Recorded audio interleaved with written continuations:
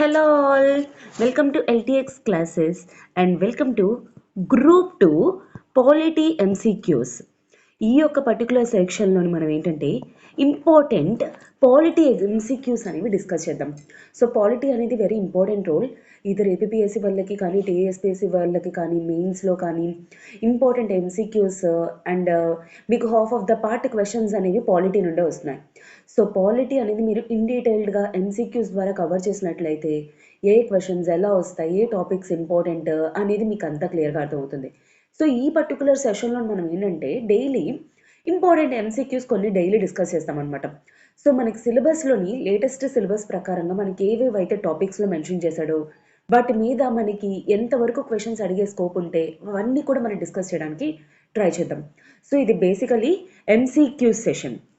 Okay, these are not classes. అయితే ఈరోజు కొన్ని క్వశ్చన్స్ అనేవి చూసే ముందు ఒక చిన్న అనౌన్స్మెంట్. మన ఎల్టీఎక్స్ క్లాసెస్ వాళ్ళు టీఎస్పీఎస్సీ గ్రూప్ 2కి కొత్త బ్యాచెస్ అనేవి 1 ఫిబ్రవరి నుండి లాంచ్ చేస్తున్నారనమాట. ఇవి లైవ్ ప్లస్ రికార్డెడ్లో ఉంటాయి.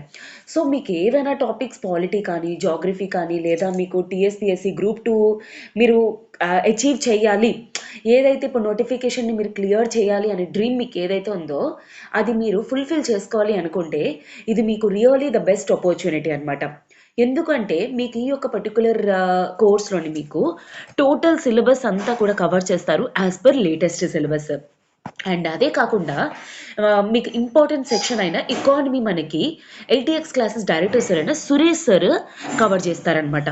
అలానే మెయిన్ ఇంపార్టెంట్ థింగ్ నా వరకు వచ్చేసరికి టెస్ట్ సిరీస్ అనేది నేను 100% వెరీ ఇంపార్టెంట్ అని చెప్తాను నేను. ఎందుకంటే టెస్ట్ సిరీస్ రాయడం వల్ల మీకు టైం మేనేజ్మెంట్ అర్థమవుతుంది, ఎక్కడ ఫోకస్ చేయాలి, ఏ క్వశ్చన్స్కి ఎంత టైం స్పెండ్ చేయాలి ఏంటి అనేది మీకు చాలా క్లియర్గా అర్థమవుతుంది. ఓకే, అది మన ఎల్టీఎక్స్ క్లాసెస్ వాళ్ళు మీకు ప్రొవైడ్ చేస్తున్నారు. అయితే ఇవన్నీ కూడా మీకు కేవలం 15,000 రూపాయలకే ప్రొవైడ్ చేస్తున్నారు. మీకు ఎగ్జామ్ వరకు దీని తాలూకు వ్యాలిడిటీ అనేది ఉంటుంది. అలా కాకుండా మీకు లైఫ్ టైం వ్యాలిడిటీ కావాలి అనుకుంటే 20,000 రూపీస్ పే చేస్తే మీకు లైఫ్ టైం వ్యాలిడిటీ తోటి మీకు వస్తుందన్నమాట. అయితే ఫీ అనేది కేవలం మీకు 31 జనవరి వరకు మాత్రమే. ఆ తర్వాత ఫీ అనేది రివైజ్ అయిపోతుంది. So see that true TSPSC aspirants and రియల్గా కష్టపడి సాధించే వాళ్ళు ఏంటి అంటే మీరు టైం వేస్ట్ చేయకుండా, టైం డిలే చేయకుండా మీ సిలబస్ అనేది కిక్ స్టార్ట్ ప్రిపరేషన్ అనేది ఇవ్వండి. అది మన ఎల్టీఎక్స్ క్లాసెస్ వాళ్ళు మీకు చాలా సపోర్టింగ్ అనేది మీకు ఉంటుంది. అండ్ దీనికి రిలేటెడ్ మీకు ఏమైనా ఎంక్వైరీస్ కానీ ఉన్నట్లయితే 7893899553 ఇది ప్రత్యూషమం నెంబర్. ప్రత్యూషమం కాల్ చేసి మీ డౌట్స్ అనేవి క్లియర్ చేసుకొని జాయిన్ అయ్యే ప్రయత్నం అనేది చేయండి. అయితే ఈరోజు ఫస్ట్ ఎంసీక్యూ చూద్దామమ్మా. అయితే మీకు ఏంటి అంటే ఫస్ట్ నేను క్వశ్చన్ అనేది డీల్ చేసే ముందు మీకు ఒక ఇంపార్టెంట్ థింగ్ చెప్తాను. గ్రూప్ 2 ఇదర్ ఏపీఎస్సీ ఆర్ టీఎస్పీఎస్సీకి మీరు ఒకవేళ సిలబస్ కానీ చూసినట్లయితే మీకు ఫస్ట్ టాపిక్ వచ్చేసరికి ఇవల్యూషన్ ఆఫ్ కాన్స్టిట్యూషన్ ఉంటుంది. అంటే అసలు మనకి ఇండియాలోని కాన్స్టిట్యూషన్ అనేది ఎలా వచ్చింది అనేది. సో మీరు ఒకవేళ ప్రీవియస్ ఇయర్స్ కూడా అబ్జర్వ్ చేసిన ఎవ్రీ ఇయర్ మీకు కనీసం అట్లీస్ట్ దీని నుండి 2 to 3 క్వశ్చన్స్ అనేవి వస్తాయి. సో ఇఫ్ 2 to 3 క్వశ్చన్స్ వచ్చేటప్పుడు మనం ఖచ్చితంగా దీని మీద టైం అనేది స్పెండ్ చేయాలి. సో దాని మీద అందుకే నేను కొన్ని ఇంపార్టెంట్ క్వశ్చన్స్ అనేవి ఫ్రేమ్ చేస్తాను. మ్యాక్సిమం టాపిక్స్ అన్నీ కూడా ఐ విల్ కవర్. యాక్చువల్లీ మనకి దీనికి చెప్పే ముందు ఒక చిన్న బ్యాక్గ్రౌండ్ ఇస్తాను. యాక్చువల్లీ 1600లోని బ్రిటిషర్స్ ట్రేడర్స్ కింద ఇండియాలోకి ఎంటర్ అవ్వడం అనేది జరిగింది. అయితే ఎవరు వచ్చారు? ఈస్ట్ ఇండియా కంపెనీ వాళ్ళు. ఈ ఈస్ట్ ఇండియా కంపెనీ వాళ్ళకి బ్రిటిష్ అంటే ఏంటి, మనకి ఇంగ్లాండ్ కదా. సో క్వీన్ ఎలిజబెత్ ఈ ఈస్ట్ ఇండియా కంపెనీ వాళ్ళకి ఇండియాలోని ట్రేడ్ చేయడానికి మోనోపోలీ అనేది ఇవ్వడం జరిగింది. అంటే ఏంటి, ఆ ట్రేడ్ రైట్స్ అనేవి ఇచ్చారనమాట. ఇక్కడ మోనోపోలీ అని మనం వాడుతున్నాము అంటే అర్థం ఏంటి, ఈస్ట్ ఇండియా వాళ్ళకి మాత్రమే బ్రిటిష్ నుండి ఆ ఎలిజిబిలిటీ, ఆ అవకాశం అనేది ఇవ్వడం అనేది జరిగిందనమాట. ఓకేనా. అయితే ఏమైంది తర్వాత మనకి 1757 తర్వాత battle of Plassey and battle of Buxar తర్వాత ఇంకా ఫ్రెంచ్ని ఎలిమినేట్ చేయడం అనేది జరిగింది బ్రిటిషర్స్. అయితే తర్వాత నుండి ఇంకా ట్రేడ్ అనేది అంటే ఈ ట్రేడ్ ఏదైతే ఈస్ట్ ఇండియా కంపెనీ వాళ్ళు చేస్తున్నారో వాటిని ఇంకా రెగ్యులేట్ చేయాలి. లేదంటే ఇష్టం వచ్చినట్టు వాళ్ళు చేస్తారు. అండ్ తర్వాత ఈవెన్ అడ్మినిస్ట్రేషన్ కూడా వీళ్ళ చేతుల్లో ఉండాలి అని చెప్పేసి బ్రిటిష్ పార్లమెంట్, అప్పటికి బ్రిటిష్ పార్లమెంట్ వాళ్ళు ఏమనుకున్నారంటే ఇక్కడ నుండి ఏవైతే ఈ ఈస్ట్ ఇండియా కంపెనీ తాలూకా యాక్టివిటీస్ ఏవైతే ఇండియాలో జరుగుతున్నాయో వాటన్నిటినీ కూడా ఇక్కడ నుండి రెగ్యులేట్ చెయ్యాలి అని చెప్పేసి డిసైడ్ అయ్యారనమాట. సో అలా పాస్ చేసిన యాక్ట్సే మన రెగ్యులేటింగ్ యాక్ట్ అనమాట.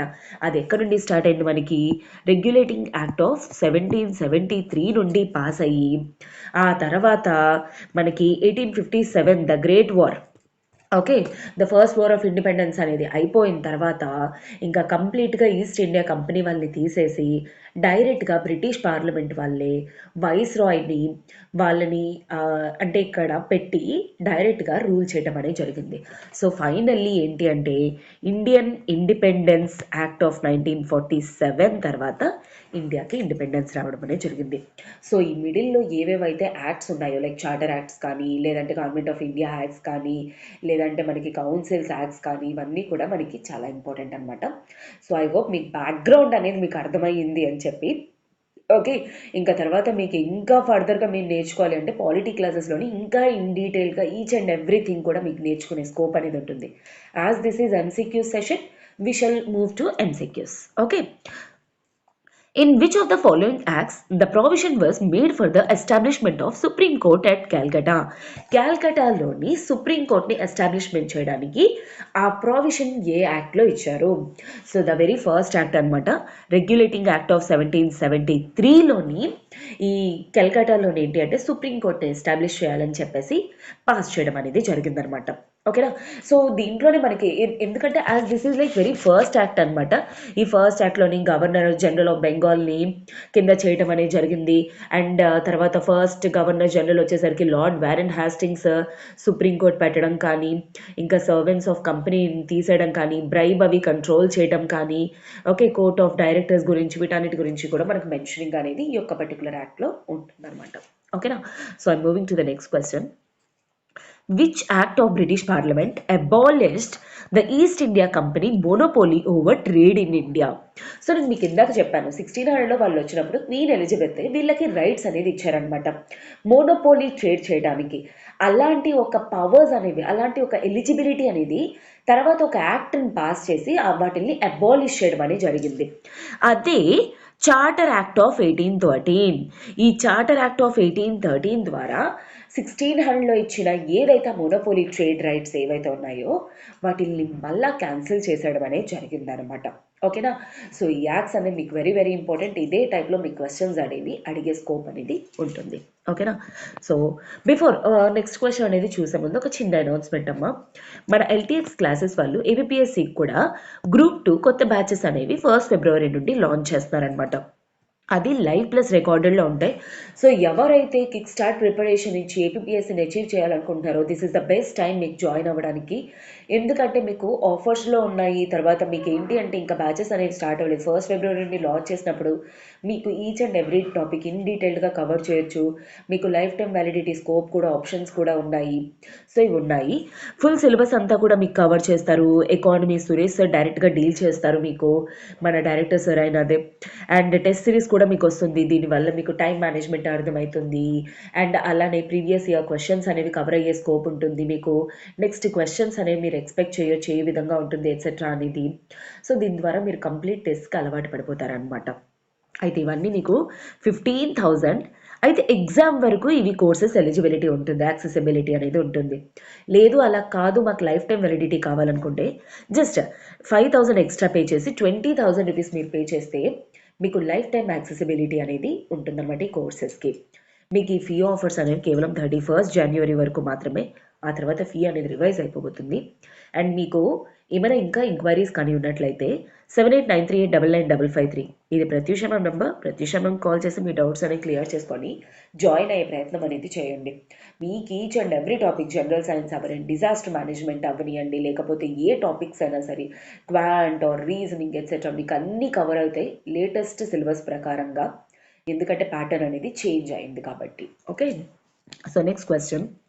By which one of the following acts was the federal court in India created? Federal court అంటే ఏంటి? విచ్ కోర్ట్ అంటే సెంట్రల్ కోర్ట్ టైప్ అనమాట. ఇప్పుడు మనం ఏవైతే అంటే స్టేట్స్కి వేరేగా కోర్ట్స్, సెంట్రల్కి వేరేగా కోర్ట్స్ ఎలా ఉంటుందో అలాగా ఫెడరల్ కోర్ట్ అంటే బ్రిటిషర్స్ టైంలోని సెంట్రల్ కోర్ట్ అనమాట.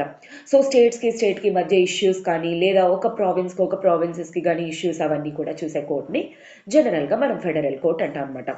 సో ఏ యాక్ట్ తోటి దీన్ని క్రియేట్ చేయడం అనేది జరిగింది?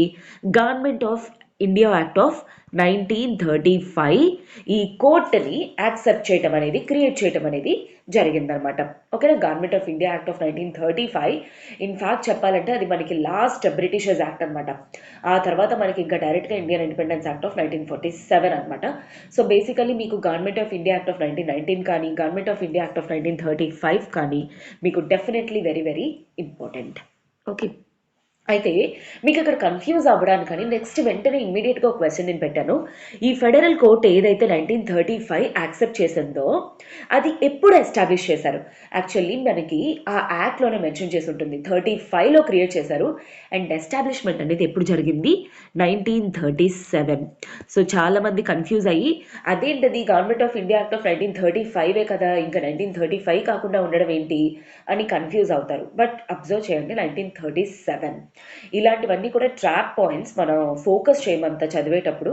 సో అందుకే నేను వీటిని ఫోకస్ చేసి మీకు ఇప్పుడు చెప్తున్నాను. ఓకేనా? So last question for today. By which of the following act legislative council of India receive the power to discuss the budget? Actually నేను మీకు ఆల్రెడీ చెప్పాను, ఈ గ్రేట్ వార్, ఈ ఫస్ట్ వార్ ఆఫ్ ఇండిపెండెన్స్ ఏదైతే 1857 తర్వాత మనకి ఏంటి అంటే ఇంకా government of India act, councils act అనేది పాస్ చేయడం జరిగింది. ఫస్ట్ కౌన్సిల్స్ యాక్ట్ వచ్చేసి మనకి 1861 అనమాట. ఈ 1861లోని ఫస్ట్ టైం ఈ గవర్నర్స్ లెజిస్లేటివ్ కౌన్సిల్లోని, ఓకే, లెజిస్లేటివ్ కౌన్సిల్లోని ఫస్ట్ టైం అనమాట నాన్ అఫీషియల్ కింద 3 ఇండియన్ మెంబర్స్ని చూస్ చేసుకోవడం అనేది జరిగిందనమాట. బట్ మనకి ఏంటి అంటే ఎటువంటి పవర్స్ అనేవి లేదు. ఆ తర్వాత మళ్ళా 1892లోని second next Indian councils act అనేది పాస్ చేయడం జరిగింది. So this is the first time where budget discuss చేస్తున్నప్పుడు ఏంటి అంటే లెజిస్లేటివ్ కౌన్సిల్ వాళ్ళకి, అంటే లెజిస్లేటివ్ కౌన్సిల్లో ఇండియన్స్ ఎవరైతే ఉన్నారో వాళ్ళకి ఈ డిస్కస్ చేసే పవర్స్ అనేవి వచ్చాయి. Remember that this is only the discussion powers, not the voting powers. ఇప్పుడు ఫర్ ఎగ్జాంపుల్ మనం చూసాం అనుకోండి, మనకి బడ్జెట్ అనేది పాస్ చేస్తున్నప్పుడు పార్లమెంట్లోని ఓటింగ్ అనేది జరుగుతుంది. ఆ ఓటింగ్ జరిగేటప్పుడు ఏంటి, అందరూ ఓటింగ్ అనేది చేస్తారు. But while 1892 Indian council act ఇండియన్స్కి ఏ పవర్ ఇచ్చింది? డిస్కషన్స్ మాత్రమే. ఇట్స్ నాట్ లైక్ ఓటింగ్ అనమాట. ఓన్లీ బ్రిటిషర్స్ మాత్రమే ఓట్ చేసుకొని పాస్ చేసుకుంటారు. This is like a partial power, not the complete power అనమాట. సో ఐ హోప్ మీకు ఆన్సర్ వచ్చేసిందని. Indian councils act of 1892.